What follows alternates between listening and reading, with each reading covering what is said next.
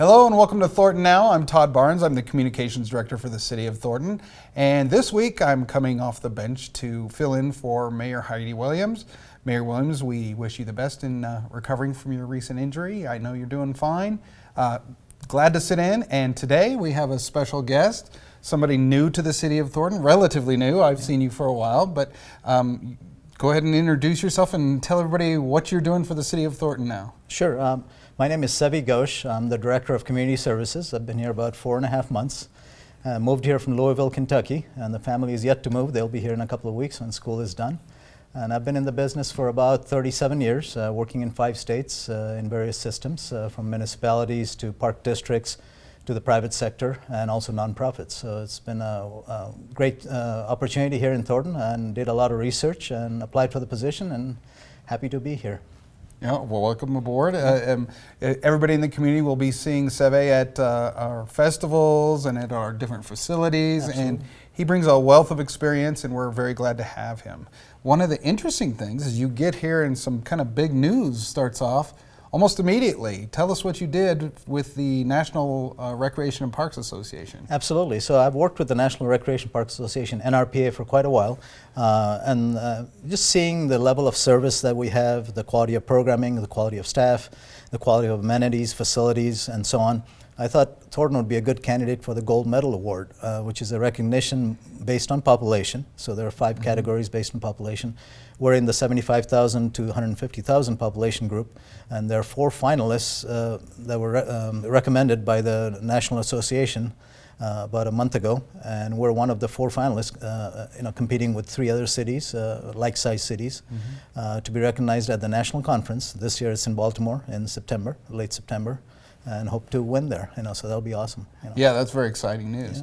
Yeah. Quite a bit goes into just applying for the gold medal, from what I understand from talking with you. Yeah. Just to tell us the process of what you kind of have to think about and submit to the group. So the NRPA is a very organized group, so they have 3 pillars that we have to kind of qualify for or qualify with. The 3 pillars are health and wellness, conservation, and social equity. And so Thornton does a great job in all 3, and obviously with the divisions we have in our department that take care of each of those pieces plays a huge role. We have community connections that connects people to the resources, creating a little bit more of a social equity. Parks always openly does create a lot of social equity because parks are free. Anybody can go in there, and we have good access points too. And related to this also is that the Trust for Public Land, TPL, also ranks Thornton very highly. Even though we don't register in the national rankings, which actually qualify, or cities with 250,000 plus qualify for. But Thornton overall still gets ranked because it's a part of the Denver metro area. And we ranked very highly with 94%, close to 94% of the people having access to a park within a 10-minute walk, which is a huge qualifier for the national rankings and so on. So all of those pieces played a major role in us qualifying for, or as a finalist for the gold medal. Sure, sure. Having been through some of these processes with other cities that you've worked with, tell us what it was like when you got here and started to evaluate what you were taking over here in the city of Thornton. Actually, as I said earlier, it was a very smooth and easy transition because Thornton was already functioning at a very high level. And it's a credit to the staff and the teams that are already here. I think all it needed was a little push to kind of take us to the next level, and that's what we're doing. And the last 4 months, we've already made great progress. We're opening up a new program called Adaptive and Inclusive Recreation, so mainly accommodating people with special needs into the fold, into regular programming. So we're not going to be turning away or sending them to other groups to take care of. We'll be taking care of all groups with special needs in our programming on a daily basis. So that's a huge change for us. The program, the position was just approved, the coordinator position, and we're in the process of hiring. So if you are out there and you have experience in therapeutic recreation, this is the place to be. So. Oh, good, good. Well, apply. Or if you know somebody, get them to apply. Absolutely. Yeah. So let's talk about some of the facilities that not everybody, maybe a lot of people are new to Thornton, might not know about. We've recently opened some new ball fields. Yep. And the official grand opening is tomorrow, actually, the Riverwalk ball fields. They're, I would call them professional level fields. So there are 4 different sizes, so for softball and baseball and little leagues. And it's got a huge parking lot, about 500 space parking lot, and then it's very much like a park atmosphere. The fields are lit, so you can play, late into the evening. It's not by homes, so it can be played late into the night.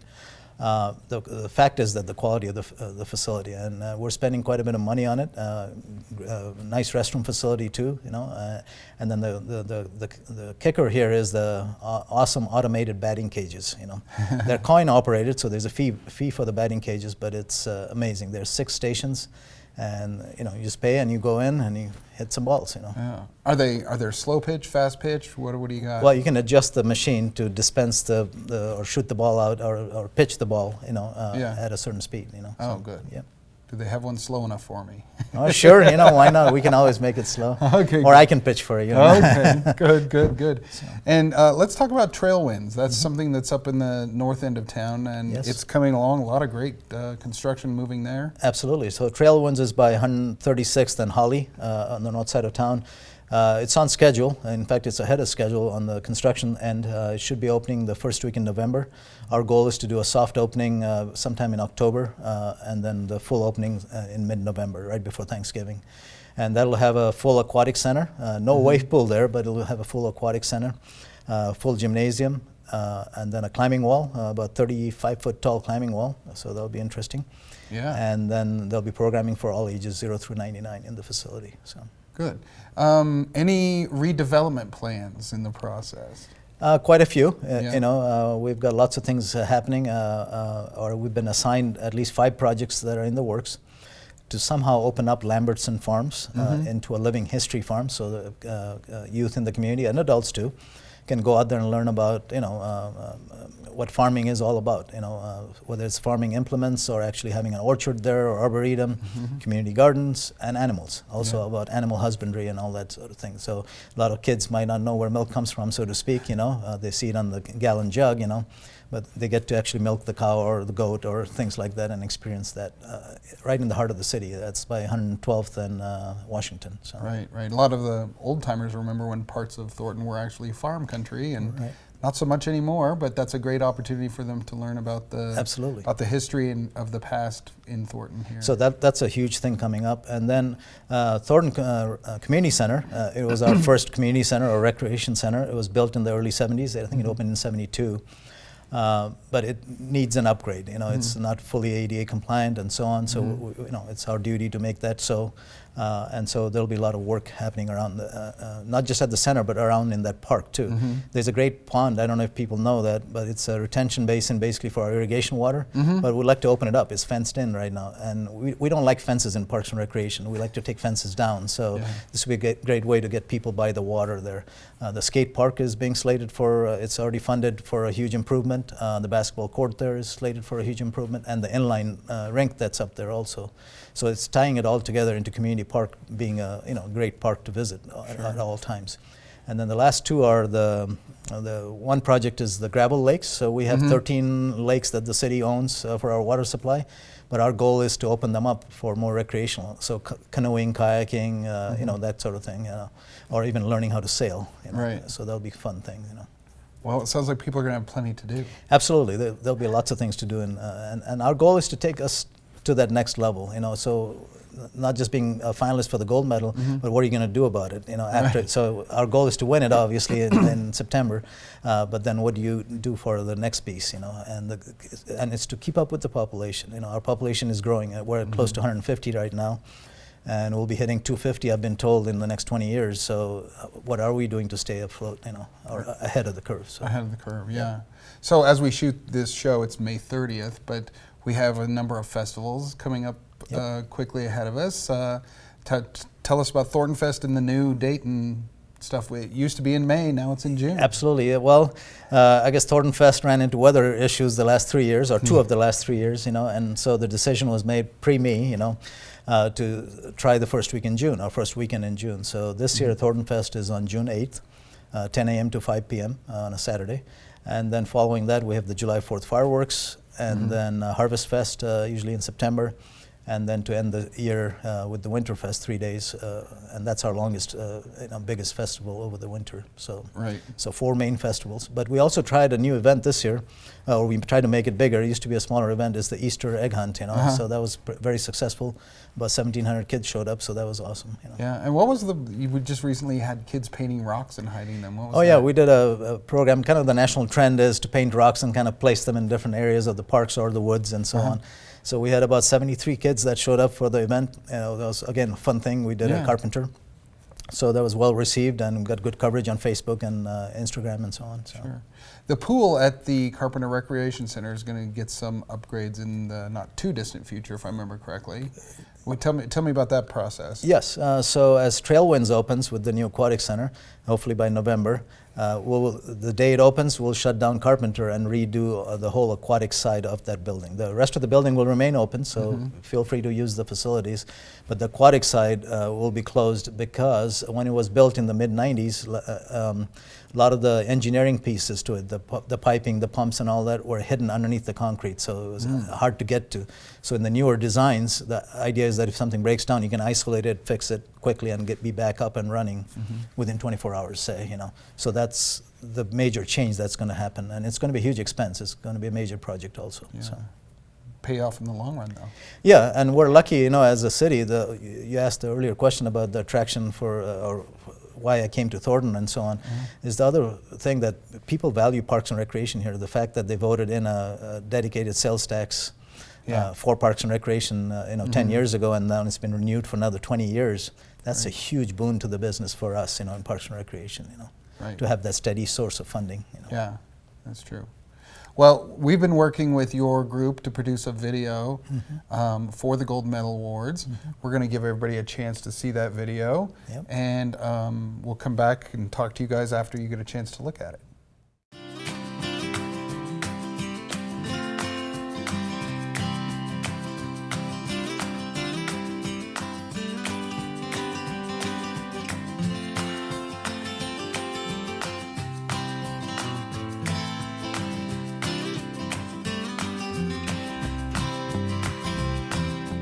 We have to do our part in telling our story, which is the great story of Parks and Recreation.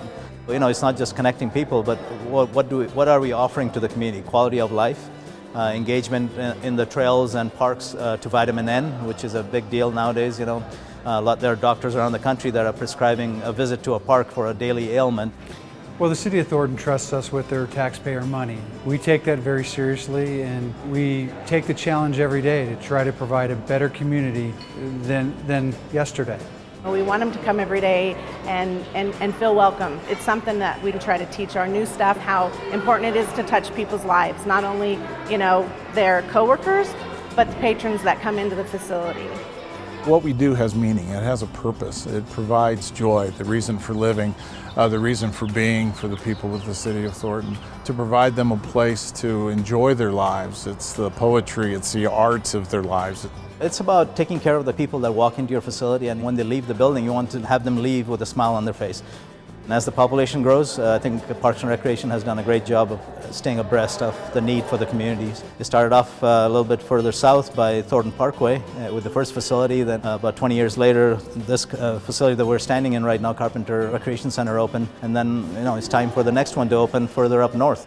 It's a pretty exciting time in the City of Thornton. We've been fortunate to have a sales tax that has enabled us to continue building facilities. Here in the fall, we'll be opening up Trailwinds Recreation Center. And on May 30th, we'll be opening up the Riverwalk Ball Field Complex, including batting cages. One measure of success is how well you engage your partners. We happen to reside in Adams County, and they have been a great partner of ours, awarding us, on the average, $2.5 million in grants annually, which is a big deal because those $2.5 million go a long way in facilitating facilities, programs, and amenities. The City of Thornton has over 80 parks, hundreds of miles of trails, thousands of acres of open space, all for recreation for the people of Thornton. The trails that are around the city are doable by everybody and every ability, which makes it really nice, and it usually takes you to an awesome destination. Our level of engagement is very high. Our level of satisfaction in the customer service surveys that we get back are very high. We continue to improve on all those things, and with the new facilities coming online, that'll be an even higher rating. And overall, I think staff take pride in that too, and so that's the other thing I've seen in my last 4 months here, is the level of pride and the high level of professionalism that staff exude on the job daily. I think that it's important to know that we have a dedicated staff who really go out on a daily basis looking to make people's lives better, and they're dedicated to what they do and they believe in what they do. They're our community. Some are more fortunate than others, but as the Parks and Recreation Department, we need to help those who need help.